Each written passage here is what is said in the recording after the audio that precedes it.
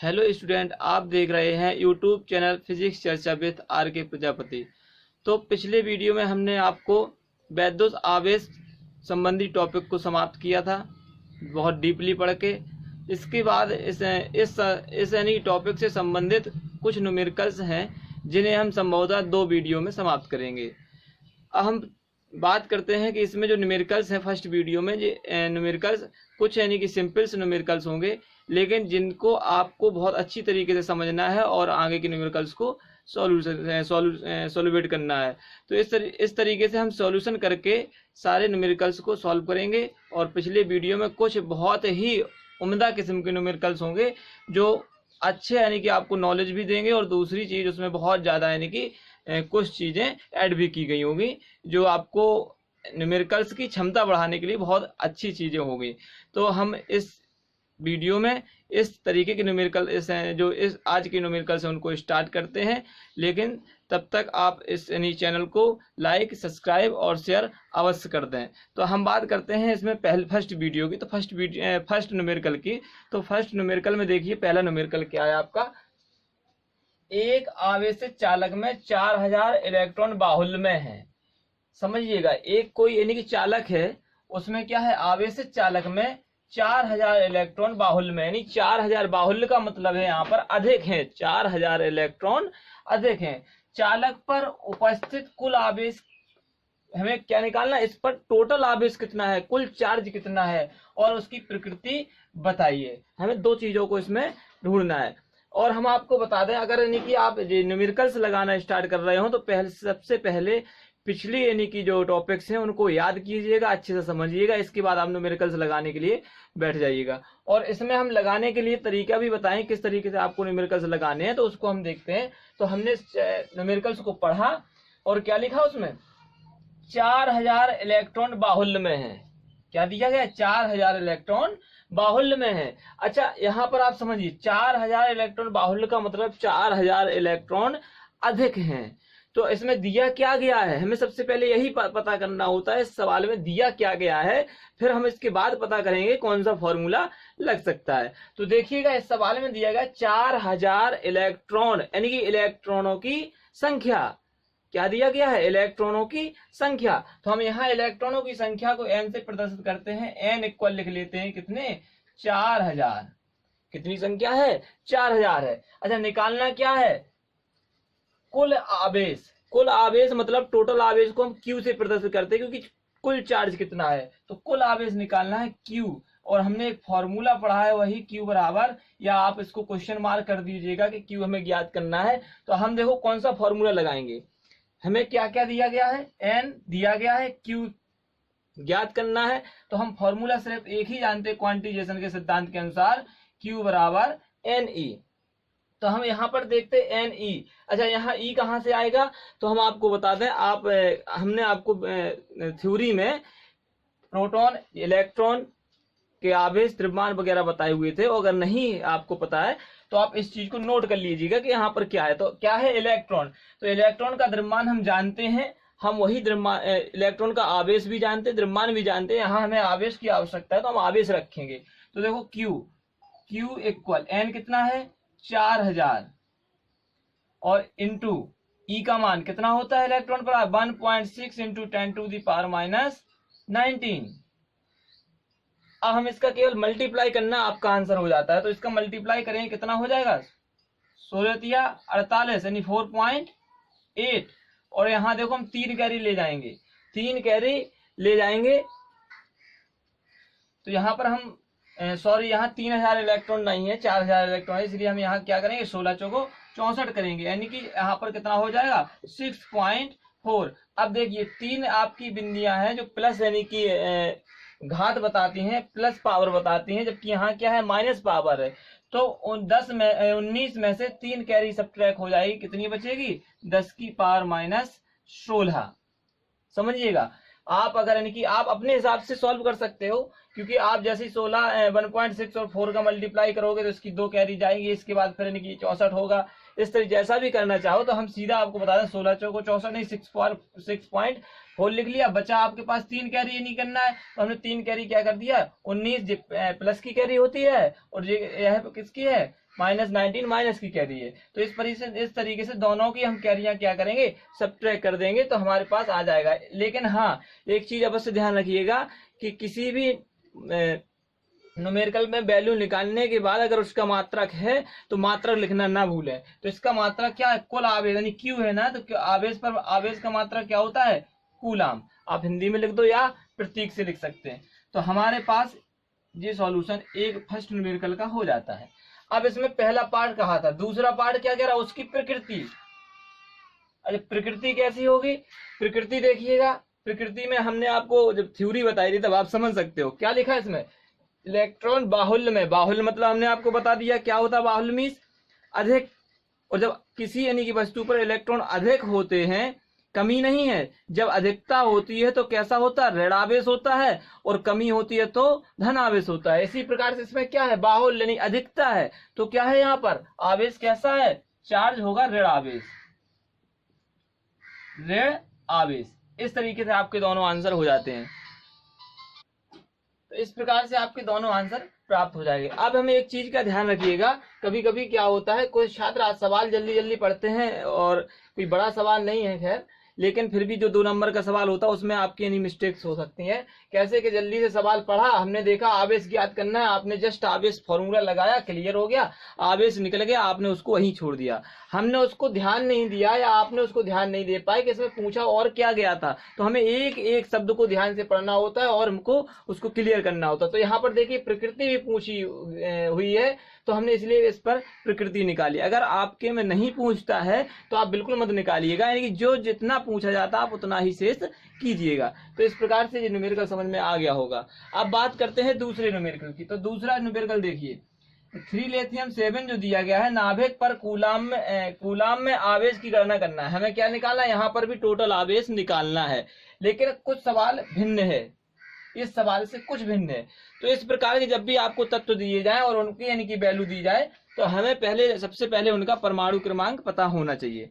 अगर वैसे तो दिया जाता है, अगर नहीं दिया जाता तो उसके लिए आपको परमाणु क्रमांक याद होना चाहिए। तो यहाँ पर हमने देखा कि इसका परमाणु क्रमांक कितना है 3 है, यानी कहने का मतलब इसमें क्या क्या है नाभिक में, इस नाभिक में क्या क्या है प्रोटॉन है और न्यूट्रॉन है। तो न्यूट्रॉन उदासीन कण होता है, इसीलिए जो आवेश होगा वो किसके कारण होगा प्रोटॉन के कारण होगा। तो प्रोटॉन के लिए हम यहाँ पर लिख सकते हैं, हम जानते हैं परमाणु क्रमांक को किससे प्रदर्शित करते हैं जेड से। तो जेड बराबर कितना हो गया 3, कितना दिया गया 3 दिया गया। और जेड को हम यहाँ से यहाँ जेड को हम किससे लेके चल रहे हैं एन को लेके चल रहे हैं।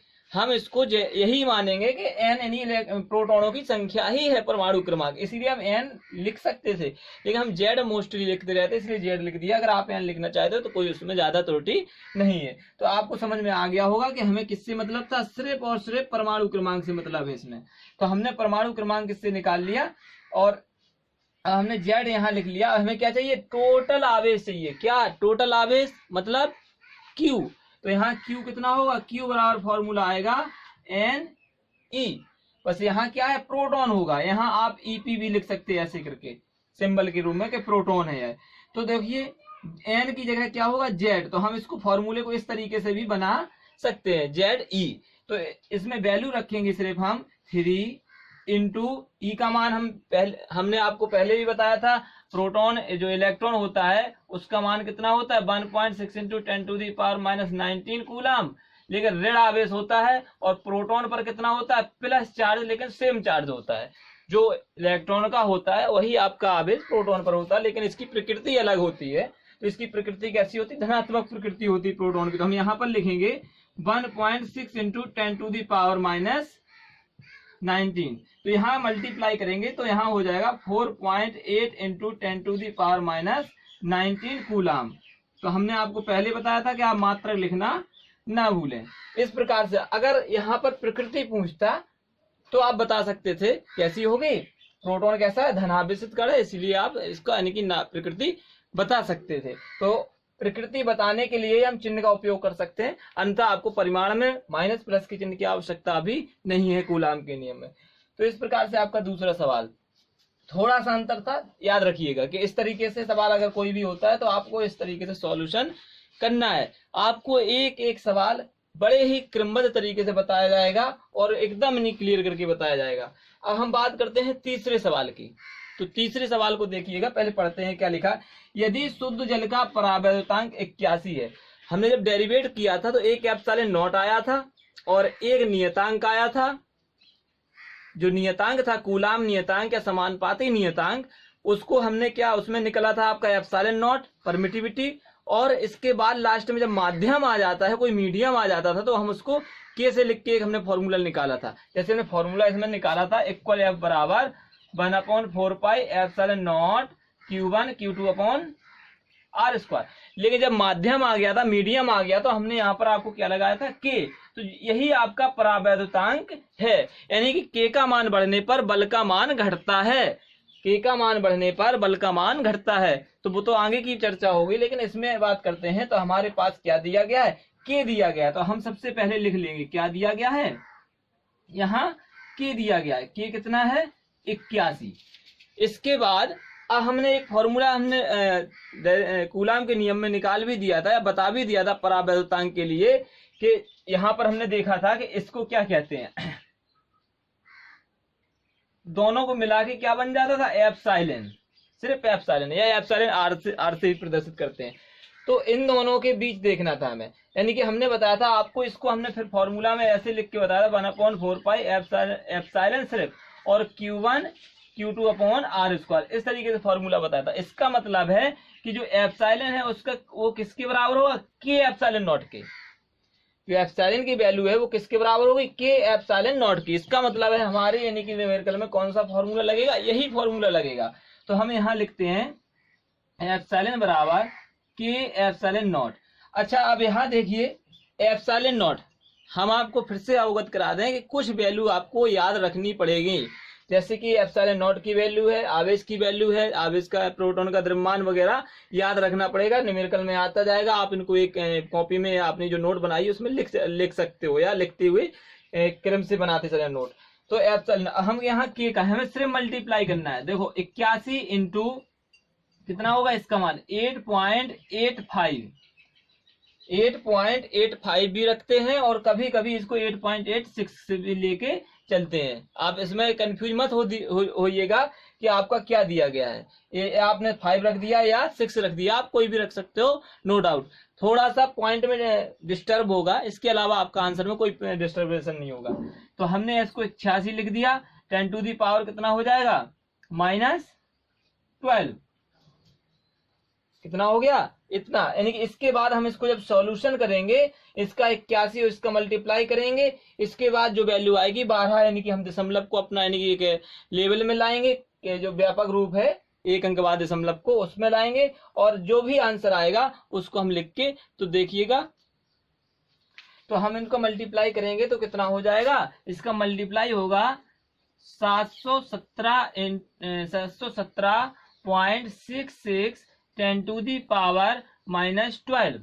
अब इसके बाद हम इसको यानी कि कैरी लेवल में लाएंगे तो कितना हो जाएगा 7.17। हम पॉइंट हटा 6 को छोड़ेंगे तो 8 भी लिख सकते हैं, ठीक है। 10 टू दी पावर -10 और इसका मात्रा क्या होगा, कूलाम स्क्वायर पर newton metre square, coulomb square पर न्यूटन मीटर स्क्वायर। इस तरीके से आपका क्या निकल आता है, निरपेक्ष वैद्युशीलता का मान निकल आता है। तो आपके 3 न्यूमेरिकल्स आपने देखे एक एक तरीके से। अगर कोई चीज समझ में ना आती हो तो आप दोबारा से न्यूमेरिकल्स को क्रमबद्ध तरीके से देखिएगा।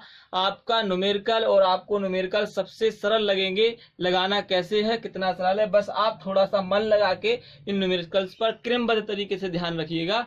पहले इन्हीं न्यूमेरिकल को देखकर देखिएगा, फिर इन्हीं को लगाइएगा। इसके बाद अपनी आप बुक की किसी भी बुक की न्यूमेरिकल्स लगाना स्टार्ट करें, जिससे आपको सहायता मिलेगी और बहुत ही सिंपल तरीके से। अगले न्यूमेरिकल की बात करते हैं, न्यूमेरिकल नंबर 4 की। तो चौथे न्यूमेरिकल की बात करते हैं। चौथा न्यूमेरिकल क्या है, इसको पढ़ो पहले, क्या दिया गया है। इंपोर्टेंट न्यूमेरिकल है आपकी जानकारी के लिए और आपकी समझ के लिए। देखिएगा, एक पॉलीथीन के टुकड़े को ऊन से रगड़ने पर यह पाया गया कि उस पर ऋणावेश 3 × 10⁻⁷ कूलाम है। क्या समझ में आया कि जहां पॉलीथीन और ऊन को आपस में रगड़ा गया तो क्या देखा गया कि उस पर किसी पर ऋण आवेश आ गया है। कैसा आवेश आ गया? ऋण आवेश आ गया। अगर उसने कंडीशन आपको प्रकृति बता दी ऋण आवेश आ गया है, यहाँ पर आपसे ये भी कह सकता था कैसा आवेश आया होगा, पदार्थ खोल दिया होगा और कह दिया होगा उस पर कैसा आवेश आया होगा। लेकिन यहाँ पर उसने कह दिया ऋण आवेश आ गया। कितना आ गया? तो आवेश के पास आपके पास 3 × 10⁷ कूलाम आवेश है। यानी क्या निकला? यहाँ पर हम लिख सकते हैं Q कितना है? Q कितना है? 3 × 10⁻⁷ कूलाम। इसके बाद पहला ऑप्शन देखिए क्या कह रहा है, स्थानांतरित इलेक्ट्रॉनों की संख्या बताइए। यानी कि हमें क्या बताना है, कितने इलेक्ट्रॉन स्थानांतरित हुए, यानी कितने इलेक्ट्रॉन गए हैं। तो हमें ये देखना है कितने इलेक्ट्रॉन का मतलब हमें n ज्ञात करना है, जिससे हम इलेक्ट्रॉन की संख्या को स्मॉल n से प्रदर्शित करते हैं। और यह भी बताइए कि इन इलेक्ट्रॉनों का स्थानांतरण किस पदार्थ से किस पदार्थ में हुआ। कहने का मतलब जब ऊन और पॉलीथीन को रगड़ा गया तो हमें जो पूछ रहा है कि कितना इलेक्ट्रॉन स्थानांतरित हुआ, जो संख्या है वो बताइए। कितना हुआ वो तो बता दिया, लेकिन इलेक्ट्रॉन कितने गए हैं तो वो बताना है हमें। और दूसरा क्या है कि इलेक्ट्रॉन किस पदार्थ से किस पदार्थ में गए हैं। निश्चित है जब हम दो वस्तुओं को रगड़ते हैं तो एक वस्तु से निकलकर दूसरी वस्तु में चले जाते हैं, और जिसमें यानी कि जाते हैं वही तो ऋणावेशित होती है। तो निश्चित है वो क्या पूछ रहा, किस में गई। इसीलिए उसने यहाँ क्या आपको यही नहीं खोला कि कौन सा ऊन में गए या पॉलीथीन में गए, उसने जी कह दिया ऋणावेश है। ठीक है, तो इसकी जानकारी के लिए हम इसी को देखो समझते हैं कैसे। हमने आपको एक वैद्युत फैराडे की सारणी बनाई थी इस तरीके से, कांच ऊन करके। तो उस आप श्रेणी को अगर आपने याद किया होगा तो आपको पता होगा ऊन ऊपर होगा प्लास्टिक नीचे होगा। ऊन ऊपर होगा प्लास्टिक नीचे होगा। जब ऊन ऊपर है तो ऊन कैसा हुआ होगा, धनात्मक, और प्लास्टिक कैसा हुआ होगा, ऋणात्मक। यानी कहने का मतलब ऊन से इलेक्ट्रॉन निकलकर प्लास्टिक में गए होंगे। तो आ गया समझ में आपको किससे किस में गए हैं, ऊन से प्लास्टिक में। दूसरी चीज इसी सवाल से आंसर ढूंढते हैं। क्या लिखा है यहाँ पर दूसरे डी ऑप्शन में, पॉलीथीन में, ऊन से पॉलीथीन में द्रव्यमान बताइए।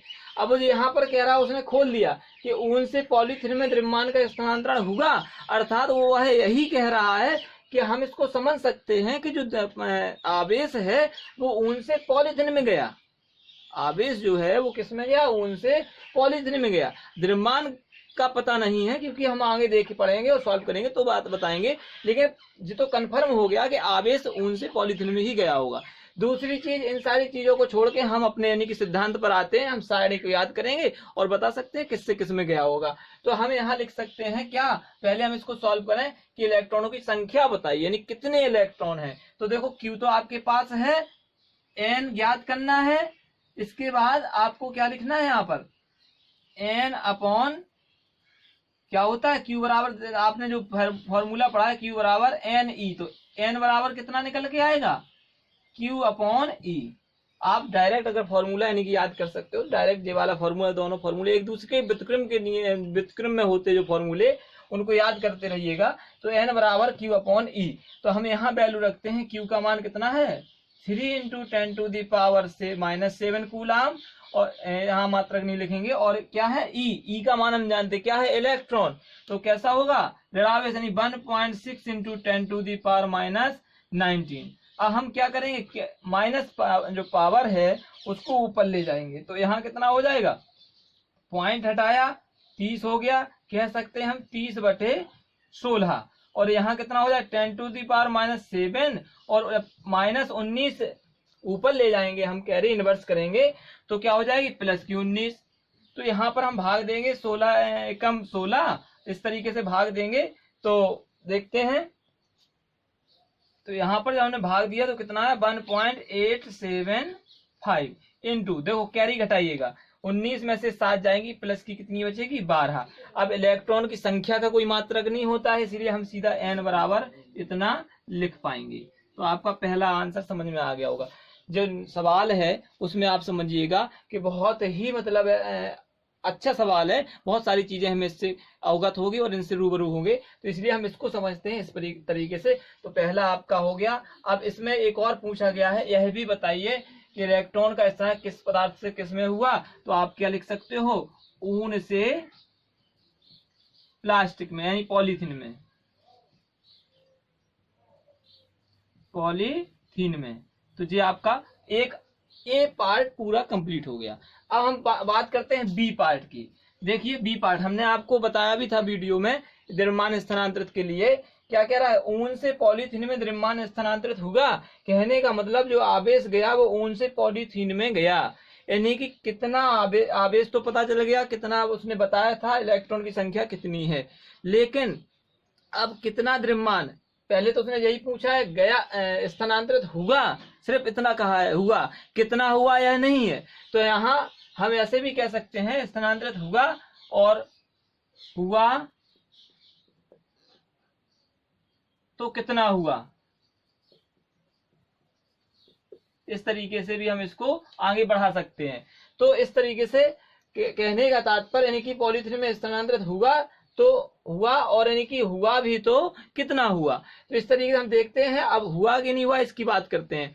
तो हमने आपको बताया था इलेक्ट्रॉन के पास द्रव्यमान होता है 9.1 इंटू 10⁻31 kg द्रव्यमान होता है। तो निश्चित है कि जब इससे इलेक्ट्रॉन निकला है, उस पर जो द्रव्यमान था, जब एक इलेक्ट्रॉन निकला तो इतने द्रव्यमान की कमी हुई, क्योंकि प्लास्टिक जैसे मान चलो ये ऊन थी और ये प्लास्टिक की प्लेट एक तरीके से, तो हमने इन दोनों को रगड़ा तो इससे इलेक्ट्रॉन निकल के इस पर आए, इलेक्ट्रॉन निकलकर इस पर आ जाते हैं। तो देखते हैं ये कैसी है, ऋण आवेशित हो जाती है, और ये कैसे हो जाता है, प्लस आवेशित हो जाता है। कहने का मतलब इससे इलेक्ट्रॉन इसमें निकला तो इसमें क्या हुआ, द्रव्यमान में वृद्धि हुई, लेकिन इससे इलेक्ट्रॉन निकला तो इसके द्रव्यमान में कमी हुई, यानी ऊन के द्रव्यमान में कमी हुई और प्लास्टिक के द्रव्यमान में वृद्धि हुई। तो हम कह सकते हैं हाँ, यानी कि द्रव्यमान स्थानांतरित हुआ होगा। किसमें हुआ होगा, ऊन से पॉलीथीन में हुआ होगा। अब बात करते हैं कितना हुआ, तो उसकी बात करते हैं डेल्टा एम, डेल्टा एम यानी कितना हुआ। तो उसके लिए इसमें हम देखते हैं डेल्टा एम कितना हुआ। देखो कितना हुआ, कितने इलेक्ट्रॉन है और एक इलेक्ट्रॉन का द्रव्यमान। तो हमने इलेक्ट्रॉन देखा एन इंटू एम ई, यानी कि इलेक्ट्रॉन का द्रव्यमान और इलेक्ट्रॉन। तो कितना है इलेक्ट्रॉन 1.875 इंटू 10⁻12, और द्रव्यमान इलेक्ट्रॉन का द्रव्यमान कितना होता है, इसको आप याद रखिएगा 9.1 इंटू 10⁻31 kg, किलोग्राम। इतना आवेश गया। अब इसका हम मल्टीप्लाई करेंगे तो कितना होगा 1.9 इंटू 10⁻18 kg। इतना द्रव्यमान क्या हुआ, स्थानांतरित हुआ। समझ में आ गया होगा। इसको आप 2-2 बार पढ़िएगा, 3-3 बार लगाइएगा, अगर समझ में नहीं आता इम्पोर्टेंट यानी कि सवाल है इसको। तो हम बात करते हैं 5वें न्यूमेरिकल की। तो इसमें जे कौन सा था, ए पार्ट था, ए पार्ट के दोनों हो गए, और जे कौन सा था, बी पार्ट था। तो हम लिख सकते हैं ऊन से पॉलीथीन,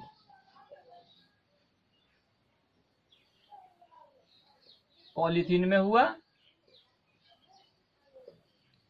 कितना हुआ वो आपके सामने लिखा हुआ है। तो हम चर्चा कर रहे थे 5वें न्यूमेरिकल की, तो 5वां न्यूमेरिकल देखते हैं हम। तो 5वें न्यूमेरिकल की बात करते हैं, क्या है पहले पढ़ते हैं इसको।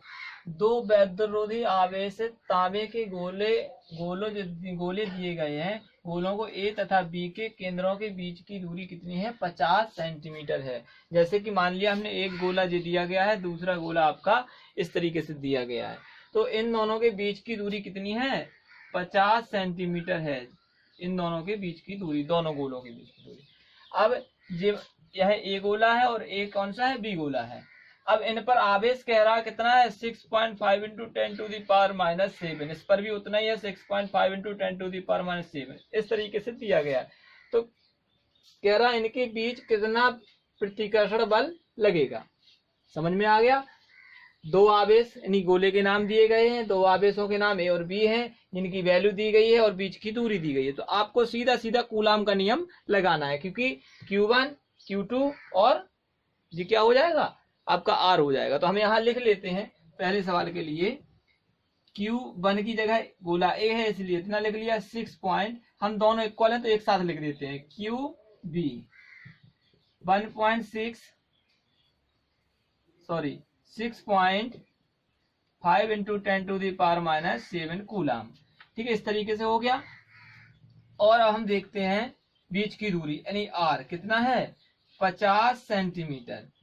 तो इसको हम पहले परिवर्तित कर लें, कितना हो जाएगा 50 इंटू 10⁻⁻2 मीटर। मीटर में बनाने के लिए हमें क्या करना होगा, सेंटीमीटर से मीटर में कन्वर्ट करने के लिए हमें 100 का डिवाइड करना होता है, यानी 10⁻⁻2 का गुणा। तो इस प्रकार से आपके पास दोनों चीजें प्राप्त हो जाती हैं। अब हमें निकालना है बल, तो F कितना होगा 1/4πε0 Q1 Q2 अपॉन r²। आपका फॉर्मूला कूलाम के नियम का है, क्योंकि के नहीं दिया गया है इसलिए सीधा यहाँ पर कि इतना हो गया। अब हम बात करते हैं, इसमें वैल्यू रखते हैं 9 इंटू, इसकी वैल्यू आपको पता है 10⁻9 होती है, 1/4πε0 की वैल्यू। Q1 Q2 कैसे हैं, यानी Q1 Q2 कैसे हैं, दोनों समान हैं, इसलिए हम इसको Q² भी लिख सकते थे। क्यों, जब अगर दोनों चार्ज समान हो, दोनों चार्जों पर, दोनों गोलों पर या दोनों आवेशों पर चार्ज समान हो, तो आप सीधा फॉर्मूले में इस तरीके का फॉर्मूला उपयोग कर सकते हो Q² वाला, क्योंकि दोनों का मल्टीप्लाई हो गया।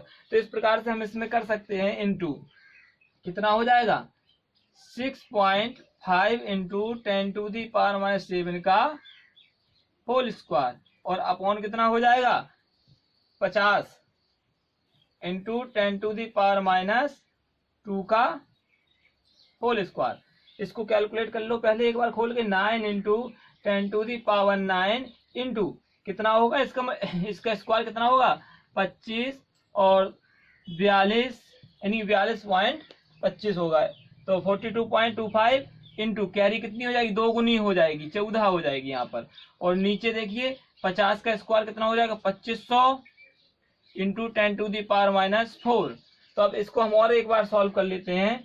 तो देखो 9 इंटू 10⁻9 और इंटू 4.25 इंटू 10⁻14 माइनस का अपॉन में आते हैं, तो देखो 2 कैरी इसकी चली जाएगी, यानी कितना बचेगा 25 इंटू 10⁻, कितना हो जाएगा 10⁻⁻2, क्योंकि 2 कैरी इसकी सब्ट्रैक्ट हो जाएगी इससे। तो इस प्रकार से हम देखते हैं कितनी वैल्यू निकल के आती है। तो हम इसमें गुणा करते हैं तो कितना आएगा, यहाँ पर यानी कि देख सकते हैं 380.25 यानी 380.25, और कैरी कितनी हो जाएगी 14 में से 9 चली जाएगी, तो कितना बचेगी कैरी माइनस की 5 बचेगी, 10⁻⁻5 अपॉन कितना है 25 है, और कैरी कितनी है माइनस की 2। तो देखो 2 कैरी ऊपर जाएगी तो कितना होगा, पहले तो हम इसको डिवाइडेशन करेंगे इसको, और इसको डिवाइडेशन करने पर तो इनका यानी कि डिवाइड करेंगे तो कितना हो गया 15/25 यानी कि 15.21 यानी कि 15.21, और 2 कैरी ऊपर जाएगी तो प्लस की हो जाएगी, तो 5 में से 2 चली जाएगी, कितनी बचेगी 10⁻³ तो 3 बचेगी। तो अब इसको हमें पॉइंट को करना है, तो 1.521 इंटू 10⁻⁻2। तो इस प्रकार से आपका जो दिया गया है क्या निकला बल, यानी कि इसका मात्रक हम क्या लिखेंगे न्यूटन। तो आपका वैद्युत बल का फॉर्मूला यानी वैद्युत बल का मान निकल आया। फिर से देख लीजिएगा एक बार, Q1 Q2 यानी कि Q और QB का मान सेम था, R बीच की दूरी थी, फॉर्मूला हम जानते हैं कूलाम के नियम से। तो हमने जैसे इसमें वैल्यू रखी तो क्या बन गया इसका मल्टी, केवल और केवल हमें करना कुछ नहीं। अगर आपको कुछ प्रॉब्लम्स होते हैं सॉल्यूशन में तो आप कुछ मत कीजिएगा, सभी यानी कि जो डिजिट है उनका मल्टीप्लाई कर लीजिएगा, घात एक साथ यानी कर लीजिएगा, सब घात को एक साथ ले जाके नीचे की पावर को भी ऊपर ले जाइएगा और सबको जोड़ घटा लीजिएगा। इसके बाद फिर सबका मल्टीप्लाई करके अपने जो दशमलव का जो पॉइंट होता है उसको आप यहाँ वहां खिसका के अपना यानी कि आंसर निकाल सकते हो। तो इस प्रकार से आपका जो पहला यानी कि सवाल का आंसर है तो ये आपका बल निकल आया है। अब बात करते हैं दूसरे की। तो क्या कह रहा, यदि प्रत्येक गोले पर आवेश की मात्रा 2 गुनी तथा गोले के बीच की दूरी आधी कर दी जाए, कैसी कर दी जाए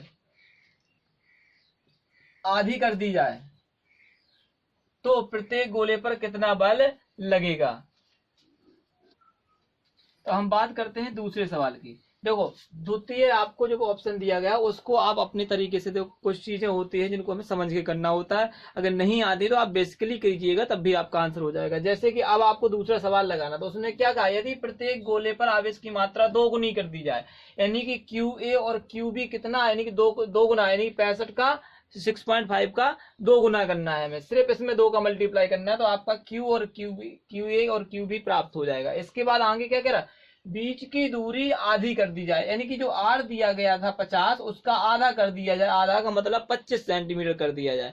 तो आप यहाँ क्या कर पाओगे, 2 का डिवाइड करके 25 कर लोगे, यानी कि आप यहाँ लिखोगे Q1 Q2 इक्वल इतना 2 गुणे 65 इंटू 10⁻7 और R बराबर क्या लिखोगे 50/2, यानी कि 50/2 करके डिवाइड करेंगे तो 25.10⁻2 आ जाएगा, और आप इसी फॉर्मूले में रख दीजिएगा, आपका आंसर आ जाएगा। लेकिन हम आपको और यानी कि एक डिफरेंस बताते हैं जिसमें आपको कैलकुलेट नहीं करना होगा, इसी पहले यानी ऑप्शन से कंपैरिजन करके हम उसको सॉल्यूशन कर लेंगे। जैसे मान लिया एफ निश्चित है, बदला होगा, ठीक है, तो हमने इसको एफ डैश मान लिया कि जी एफ डैश हो गया। अब एफ डैश कितना, फॉर्मूला क्या होता है हम जानते हैं, ये कितना होगा 1/4πε0 Q1 Q2/R²। लेकिन दोनों समान थे, दोनों आवेश समान होने का हमने क्या फॉर्मूला लिखा था, Q²। अब देखिए जब यहाँ क्या किया, आवेश को दो गुना कर दिया, जब आवेश को 2 गुना कर दिया तो Q का मान कितना हो गया, 2Q हो गया, क्योंकि एफ डैश पहले क्या था जी, एफ के लिए था सिर्फ फॉर्मूला, जब यानी कि पहली स्थिति में था, लेकिन दूसरी स्थिति आई तो हमने उसको चेंज कर दिया, यानी एफ डैश यानी कुछ बल का मान बदलेगा। कब बदलेगा, जब यहाँ 2Q हो जाएगा, 2Q हो जाएगा और R कितना हो जाएगा, R/2 का होल स्क्वायर। तो हम इसको ऐसे लिख सकते हैं कि हमने मान लिया Q बराबर 2Q डैश कर सकते, क्योंकि अब यानी कि जो बल हुआ होगा वो इतना, आवेश इतना हो गया होगा, तो QA डैश QB डैश भी कह सकते हो, और R कितना हो जाएगा, R डैश कह सकते हो कितना, R/2। तो हम फॉर्मूला एफ डैश बराबर रखेंगे क्या, 1/4πε0, और यहाँ क्या हो जाएगा Q डैश यानी Q dash upon R dash का स्क्वायर, दोनों इस प्रकार से। तो हम यहाँ पर क्या करेंगे, अब इसमें वैल्यू रखेंगे, क्या क्या बताया, 2 गुना कर दिया, तो एफ डैश बराबर कितना हो जाएगा 1/4πε0, और कितना है यहाँ पर Q का मतलब 2Q का स्क्वायर, और अपॉन कितना हो जाएगा R/2 का होल स्क्वायर। इसको आगे और सॉल्व करते हैं, तो 1/4πε0 2Q का स्क्वायर कितना हो जाएगा इंटू 4Q² अपॉन, देखो 4 ऊपर जाएगा क्योंकि चौथा पद है, तो जब इसका यानी मल्टीप्लाई होगा तो स्क्वायर खुलेगा तो ऊपर आएगा, तो कितना हो जाएगा R² इंटू 4 ऊपर चला गया, क्योंकि 2 का स्क्वायर कितना हुआ 4 और R², तो देखो 4 चौको 16, यानी हम कह सकते हैं 1/4πε0 Q² अपॉन R² इंटू 16। तो इससे समझिए किसका फॉर्मूला है, देखिए आप किसका है, पहले वाले बल का। तो पहले वाले बल की जगह हम लिख सकते हैं, पहले वाले बल का मान कितना आया, इतना, तो हम इसको क्या लिख सकते हैं 1.521 इंटू 10⁻² इंटू 16। जब इसका मल्टीप्लाई किया जाएगा तो आपका आ जाएगा 2.43, और यानी कि माइनस कैरी 10⁻²। अब हम इसको क्या करते हैं, जब 100 का भाग नहीं करेंगे तो कितना हो जाएगा 0.24 न्यूटन। अगर आपसे कहता कितने गुना होगा, तो कितने गुना होता आप लिख सकते थे 16 गुना। तो हम यहाँ लिख सकते हैं इसको समीकरण 1 से या इससे, तो आपको समझ में आ गया होगा। अगर नहीं आता है तो आप अपना पुरानी स्थिति में जैसे हम ऐसे करके करेंगे, QA बराबर QB बराबर 2 इंटू 6.5 10⁻⁻7, और R बराबर कितना हो जाएगा 50/2 सेंटीमीटर, यानी कि R बराबर 25 इंटू 10⁻² मीटर। आप Q1 Q2 की जगह एक जीवान रख दीजिएगा, R की जगह जे वैल्यू रख दीजिएगा, और इसी फॉर्मूले को सॉल्व दोबारा कर दीजिएगा, आंसर आपका आ जाएगा। तो ऐसी कंडीशन में आपने देखा होगा फिर से, लेकिन इसको समझना ज्यादा यानी कि अच्छा है कि हमने क्या किया, Q डैश, यानी कि पहले जब 2 गुना किया तो आवेश बदला ना, इसलिए हम उसको Q डैश कर दिया, यानी कुछ आवेश अलग हो गया। आर आधी हुई तो हमने उसको आर डैश कर दिया। अब हमने फॉर्मूला, बल भी तो चेंज हुआ होगा, तो बल कितना एफ डैश हो गया 1/4 pi epsilon Q dash upon R square upon R square हो गया। ये तो फॉर्मूला होता है क्योंकि हम डैश के पदों में रख लिया। अब हम देखते हैं इनकी वैल्यू रखते हैं, तो हमने उसी बेस पे रख दी जिस बेस पे सवाल में पूछा गया था।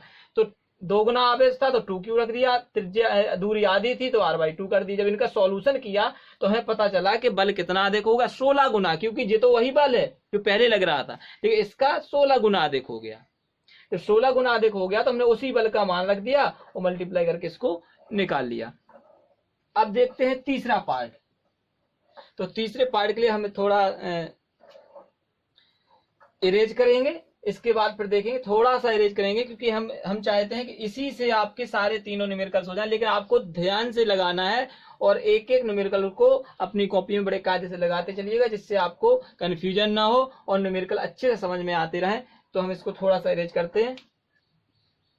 तो आपका पहला पार्ट यह हुआ, दूसरा पार्ट यह हुआ। बात करते हैं तीसरे पार्ट की। देखो हम तीसरा पार्ट भी उसी बेस पे लेके चलेंगे जिस तरीके से हमने इसी को डेरिवेट यानी एक दूसरे से कंपेयर करके किया। तो हम तीसरे पार्ट में भी कंपेयर ही करना चाहते हैं, लेकिन आपको फिर से एक बार बता दें, अगर आपको कोई समस्या हो रही पैसे तो आप इन सारी चीजों को रखिएगा अपने पास, क्योंकि आगे बहुत अच्छे न्यूमेरिकल, कठिन भी न्यूमेरिकल आएंगे। अगर आप यहीं से यानी कि बैक होते हो तो अच्छा नहीं होगा, इसीलिए आपको थोड़ा मेहनत करनी होगी। तो देखते हैं इसमें, देखो क्योंकि सवाल के माध्यम से करेंगे तो हमारा कम समय लगता है और आंसर सटीक होता है।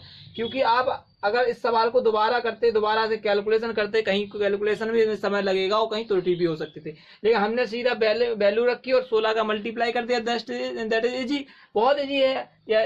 तो अब हमने इसको देखा। अगली बात करते हैं तीसरे पार्ट की। तो तीसरे पार्ट में क्या कह रहा है, यदि दोनों गोले को के परावैधता के माध्यम में रख दिया जाए, यानी कि किसी द्रव में डुबो दिया गया है। जब द्रव में डुबो दिया गया तो हम फॉर्मूले को क्या जानते हैं, हम फॉर्मूला जानते हैं, क्या होगा 1/4 एप्सिलॉन नॉट, और यहाँ K होगा Q1 Q2 upon R square.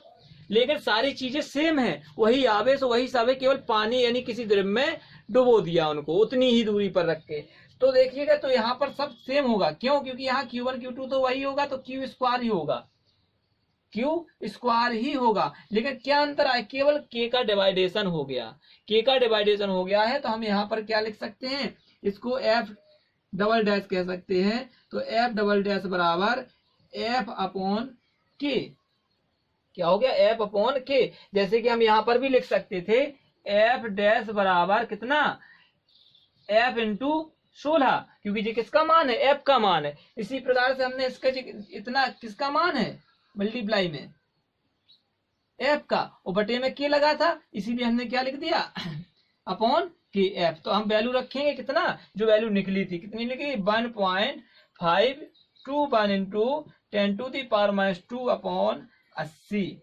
बस इसको सॉल्व करना है। अगर आप पुराने मेथड पर जाओगे कि हम पूरा सॉल्व करें, तो आपको वैल्यू रखनी होगी Q1 Q2, यहाँ पर Q1 Q2 यानी कि 2 बार स्क्वायर करो, फिर R का मान 50 रखो, 9 इंटू 10⁻⁹ रखो, अपॉन में 80 रखो, तब आप कैलकुलेट दोबारा से करोगे, तब आप आ पाओगे यहाँ तक। लेकिन जब सवाल इसी में लगा हुआ है तो हमने उसी को कर दिया, जस्ट कुछ सेकंडों में हो गया। तो इनका जब डिवाइड किया तो आया 0.019 इंटू 10⁻⁻²। अब हमें कहाँ लाना है, पॉइंट यहाँ पर लाना है, तो 2 अंक पॉइंट को खिसकाना है। तो 2 अंक पॉइंट को खिसकाने के लिए 2 अंक खिसकाने के लिए क्या होगा, 2 अंक खिसेगा तो माइनस की कैरी बढ़ जाएगी। तो कितना हो जाएगा 1.9 इंटू 10⁻⁻4 न्यूटन। तो इस प्रकार से आपका एक यानी कि सवाल में, 5वें सवाल में बहुत सारी चीजें आपको देखने को मिली। तो आप बहुत ही ध्यान पूर्वक इनको लगाइएगा, क्योंकि आपके बुक के सभी बुक के न्यूमेरिकल्स कोई नहीं लगा सकता है कि आपको हम 100 to 100 न्यूमेरिकल लगा के दें, लेकिन हाँ कॉम्बिनेशन बना के जरूर एक दूसरे से अटैच करके आपको दे सकते हैं। तो इस चीज का ध्यान रखिएगा, इन न्यूमेरिकल्स को लगाते रहिएगा। अब बात करते हैं 6वें न्यूमेरिकल की। तो बात करते हैं 6वें सवाल की। इस 6वें सवाल में देखिएगा, अच्छा सवाल ये भी है क्योंकि ये भी डिफरेंस है कुछ, तो इसमें समझते हैं, कुछ तो सेम होगा कुछ डिफरेंस होगा। क्या है, 2 अल्फा कण, कौन सी कण लगा दिए, अल्फा कण है, ठीक है, इलेक्ट्रॉन प्रोटॉन नहीं है, क्या है एल्फा कण है, दो एल्फा कण परस्पर 0.1 एंगस्ट्रॉन की दूरी पर रखें। जो दूरी का एंगस्ट्रॉन जो होता है वो दूरी का मात्रक होता है, इसलिए एंगस्ट्रॉन दिया गया है छोटा यानी कि मात्रक। तो एंगस्ट्रॉन दूरी पर है, उनके बीच कार्यरत वैद्युत प्रतिकर्षण बल, क्योंकि दोनों क्या है, एल्फा कण है, तो निश्चित दोनों समान यानी कि कण होने के कारण क्या करेंगे, प्रतिकर्षित करेंगे। इसलिए क्या कहा, प्रतिकर्षण बल ज्ञात कीजिए, हमें बल ज्ञात करना है। और आगे क्या कह रहा, वह है वैद्युत प्रतिकर्षण बल गुरुत्वाकर्षण बल का कितने गुना होगा। तो पहले हम यहाँ तक का यानी कि सॉल्यूशन करते हैं। तो देखिए क्या क्या दिया गया, तो हम यहाँ पर लिख लेते हैं क्यू कितना होगा, 2 इंटू इलेक्ट्रॉन का आवेश, 2 इंटू इलेक्ट्रॉन का आवेश। क्यों, क्योंकि एक एल्फा कण में 2 इलेक्ट्रॉन होते हैं, इसीलिए हम कह सकते हैं 2 इंटू 1 इलेक्ट्रॉन। तो हम इसको कह सकते हैं 2 into 1.6 into 10 to the power minus 19 coulomb, अर्थात 3.2 into 10 to the power minus 19 coulomb. तो आपसे जब भी कहा जाए एल्फा कण, तो आप इसका इलेक्ट्रॉन का 2 गुना मान रख दीजिएगा। और बीच की दूरी आर कितना है, 0.1 एंगस्ट्रॉन। तो हम इसको मीटर में बदलेंगे तो कितना हो जाए, 0.1 into 10 to the power minus 10 metre.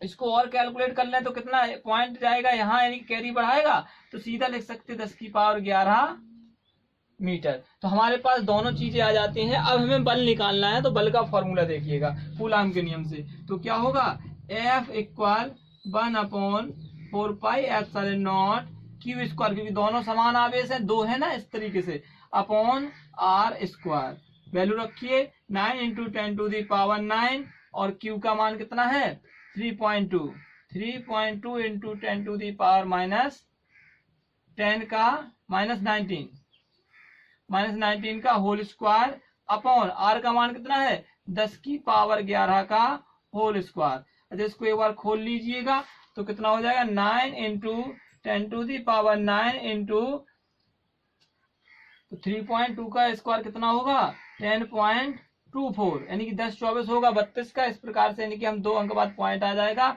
और कैरी 2 गुनी हो जाएगी, माइनस की कितनी हो जाएगी 38 हो जाएगी। नीचे कैरी कितनी है 11 दूनी 22 हो जाएगी, 10 की पावर 22 हो जाएगी। अब यह कैरी जब ऊपर जाएगी तो माइनस की हो जाएगी। तो हम इसको देखते हैं, हम अंकों को एक तरफ लिख लेते हैं, 9 into 10.24 10 to the power 9 10 to the power minus 38 10 to the power 22। तो इनको हमें एक साथ अब लिखते हैं। तो यहाँ पर जब मल्टीप्लाई करेंगे कितना आएगा इसका 92.16। अच्छा, कैरी एक बार फिर से लिख लेते हैं, 9 into 10 to the power minus 38 into 10 to the power 22। अच्छा, यहाँ देखिए एक त्रुटि हम कर बैठे कि यहाँ क्या होती है, कैरी कितनी है, माइनस की कैरी होगी -11। तो यहाँ भी क्या होगा -11 हो जाएगा, यहाँ पर -22 हो जाएगा, यहाँ पर क्या प्लस की 22 और प्लस की 22 हो जाएगी। अब हम कैरी को घटा जोड़ सकते हैं, तो कितना हो जाएगा 92.16 इंटू 10 की पावर 9, यानी कि 10 की पावर 9 और 22 को जोड़ेंगे तो कितनी हो जाएगी 31, और यहाँ 10 टू दी पावर माइनस 38। तो 38 में से 31 जाएगी, कितनी आएगी 92.16 into 10 to the power minus 7। लेकिन एक अंक बाद पॉइंट खिसकेगा तो 9.21 या 2 कह सकते हैं 10 to the power minus 6 newton. समझ में आ गया होगा, थोड़ा सा त्रुटि यानी कि यहाँ पर हम कर बैठे थे, जो यानी कि दूरी यहाँ पर माइनस न लगा के। तो इस प्रकार से हम वही जैसे हमने किया था उसी प्रकार से आपको करना है। अब देखिएगा, अब आगे का ऑप्शन हो गया आपका, क्या कह रहा, फर्स्ट हो गया, ये फर्स्ट पार्ट हो गया। सेकंड में क्या कह रहा, सेकंड में कह रहा वैद्युत प्रतिकर्षण बल गुरुत्वाकर्षण बल का कितने गुना होगा।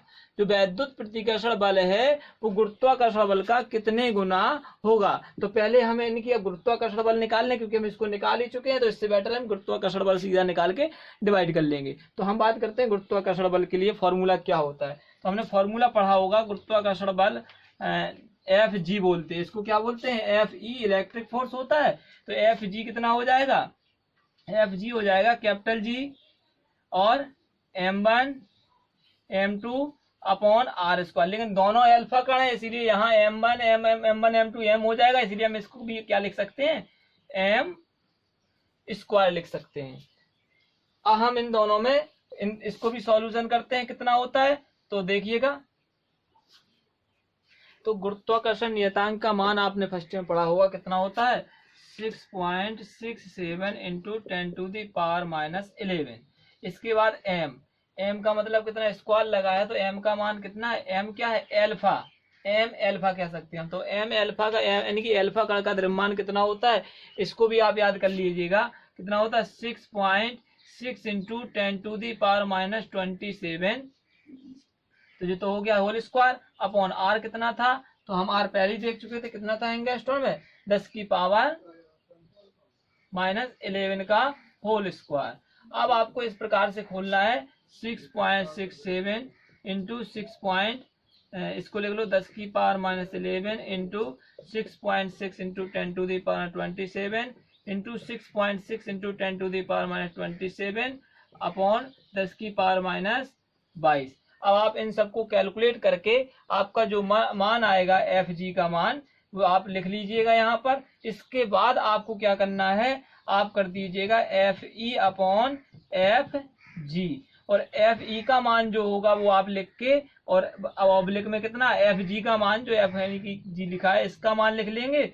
इसके बाद इसका इसमें मल्टीप्लाई कर देंगे, और इसके बाद जब इनकी आ जाएगा तो हम एफ ई बराबर क्या कर देंगे एफ जी, और इनटू में जो मल्टीप्लाई आया होगा वो हम उसको लिख लेंगे। तो आपको कोई प्रॉब्लम नहीं है, इस तरीके से आप आ जाएगा आपका आंसर। इस चीज का ध्यान रखिएगा, इसका कैलकुलेशन आपको करना है सॉल्यूशन, और तो हमने ज्यादातर चीजें कर ही दी। आप बैठिएगा, मल्टीप्लाई आराम से कीजिएगा, घात ऊपर कोई घात में कोई भी प्रॉब्लम नहीं है।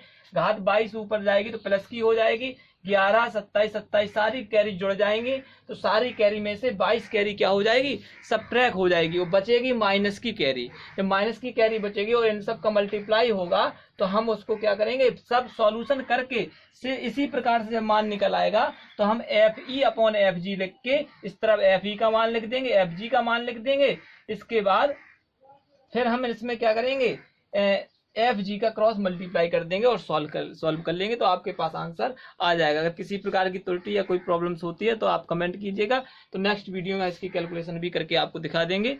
और इसके बाद अब हम बात करेंगे 7वें 8वें न्यूमेरिकल, अगले न्यूमेरिकल की। तो अगले न्यूमेरिकल में क्या है, बहुत ही डिजिटल न्यूमेरिकल, यानी बहुत ही कठिन भी न्यूमेरिकल्स हैं, लेकिन बहुत सरल लगेंगे आपको लगाने में, बस समय ज़्यादा लगेगा क्योंकि बड़े न्यूमेरिकल्स हैं, लेकिन उनसे हमें बहुत ही यानी कि स्टैंडर्ड लेवल का सिस्टम पता चलेगा या सिद्धांत पता चलेंगे, तो उनसे आपको हेल्प मिलेगी। और इस वीडियो को देखने के लिए आप लोगों को धन्यवाद, बहुत बहुत धन्यवाद।